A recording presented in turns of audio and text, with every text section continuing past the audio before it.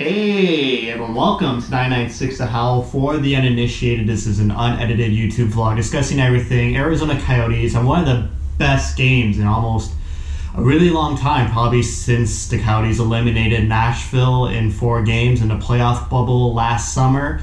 But if that game felt special to you, it's because it was. It was the latest goal ever scored in Coyotes history at 0.7 seconds. And they actually tied an NHL record for most times a team has scored with less than 5 seconds left in regulation. Now, the record is only at 2, but it's pretty crazy how that is the number 1 record, albeit there's 10 teams who have hit the number 2 mark.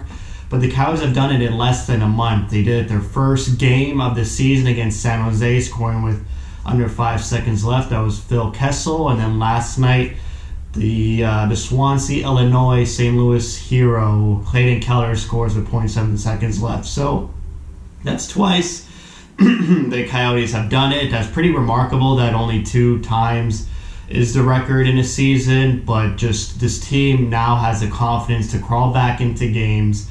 They can score when they want to, unless they face John Gibson or just a fluke of a game like against Vegas. But it's great that this team could battle. They struggled last year so much trying to score with their goalie pulled, but this season it's looking different. They're confident.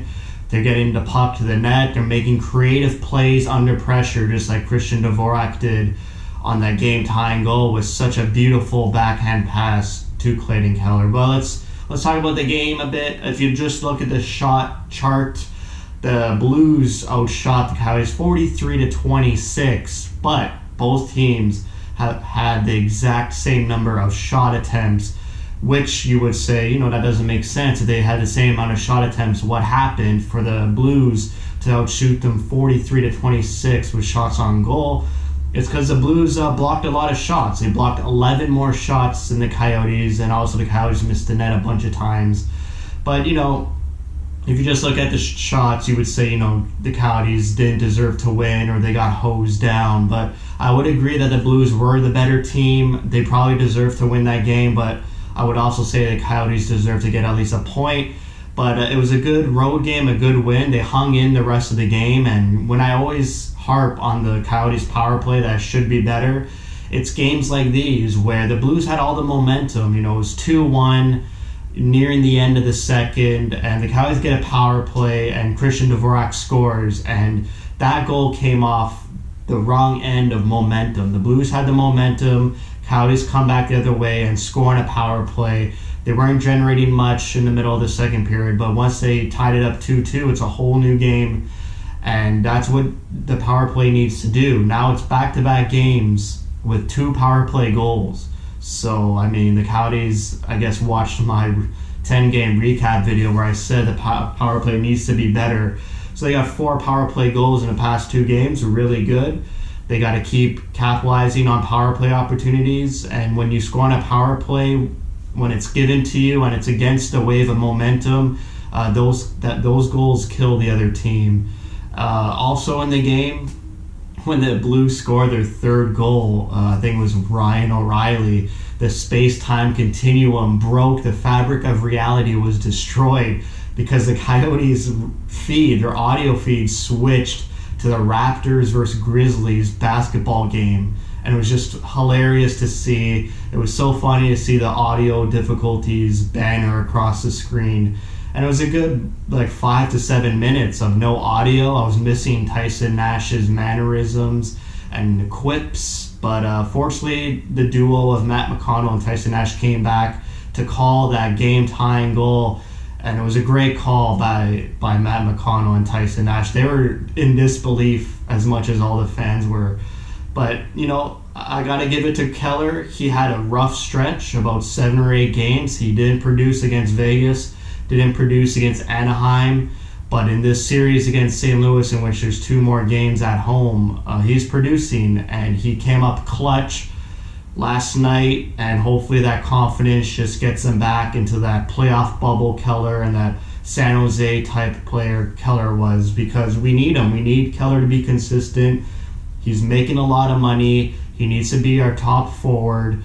And it looks like being on the line with Garland and Schmaltz gives him the best opportunity to be consistent. He's no longer paired with sort of heavy, maybe third, second liner guys like Pillick or Broussard. He's playing with the top elite offensive forwards that the Coyotes have. So hopefully that pushes Keller along and prevents Keller from ghosting for long stretches of game, because that's been his problem his whole career, is he'll ghost for 5 to 10 games and then he'll come back in bunches and look like a dominant player. So he's still got to fix that. He's still young, but because he's making this money now, those stretches need to be far and in between. Connor Garland with a great shootout move, Dvorak with a great shootout move too.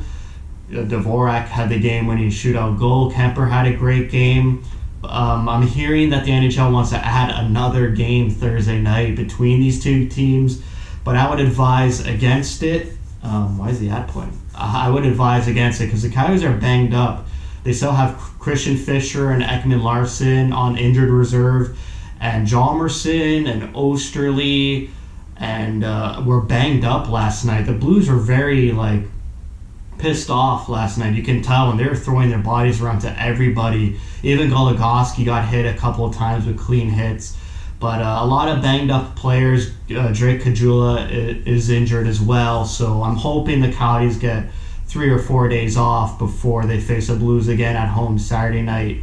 So they need to get rested up. They need to regenerate their juice, because I don't think they could come back already Thursday night and play another high-tempo game. I mean, these games feel like playoff games. This feels like a playoff series because it pretty much is. You're playing the same team 6 or 7 times in a row, but they need their rest too. It's still early in the season. It's going to be a long, condensed season, so the Coyotes need their rest when they have it. So I'm hoping the NHL just leaves these teams rested until the weekend, just to get their injured bodies back into the lineup. But that was an exciting win. They got 3 out of 4 wins on the road against St. Louis, who is at the top of the division. The Coyotes are finally in a playoff spot in their West Division. They leapfrogged Minnesota and Anaheim, which is good. The Coyotes need to just play like they're playing in the past 4 games. Even the Anaheim games were good games, and even the Las Vegas game was good. Just continue to play like that.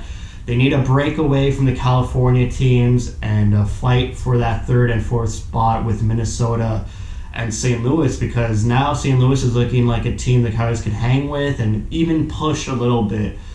The Coyotes could hang with the Vegas Golden Knights, but I feel like in those games the Knights weren't playing their best and were still able to manhandle the Coyotes. But against the Blues, the Coyotes could push the Blues and make the Blues play to their game, which is a good sign because they're going to be battling for a playoff spot with the Blues and the Minnesota Wild. And the Minnesota Wild won't be able to play for 2 weeks. Their next game is literally next Tuesday against the LA Kings. So the Coyotes could pick up even more points while Minnesota is on the COVID break and just increase their lead so much that Minnesota, if they lag coming out of the COVID break, they could lose their 4th spot to the Coyotes easily in a matter of 5 games or so. So the Coyotes need to keep the pedal to the metal and continue playing the way they are. They're going to lose again. They can't always win every game. I know it's a 3-game win streak, and it's good that they strung together a long 3 games. But once they lose, which they will, they need to come back fast and get another couple wins in their pocket, because you can't go on long losing streaks. You need to keep these winning streaks up. You will have nights where the luck will be against you and you'll falter, but you got to pick it back up and not let your confidence get so down. So hopefully this road trip really increase the morale around the team and up their confidence so they can carry this with them for the future ahead. And they got their retro reverse jerseys where they're wearing them Saturday night, so that should be a fun spectacle to watch. So that's it for me. Thank you for watching, and thank you for your support.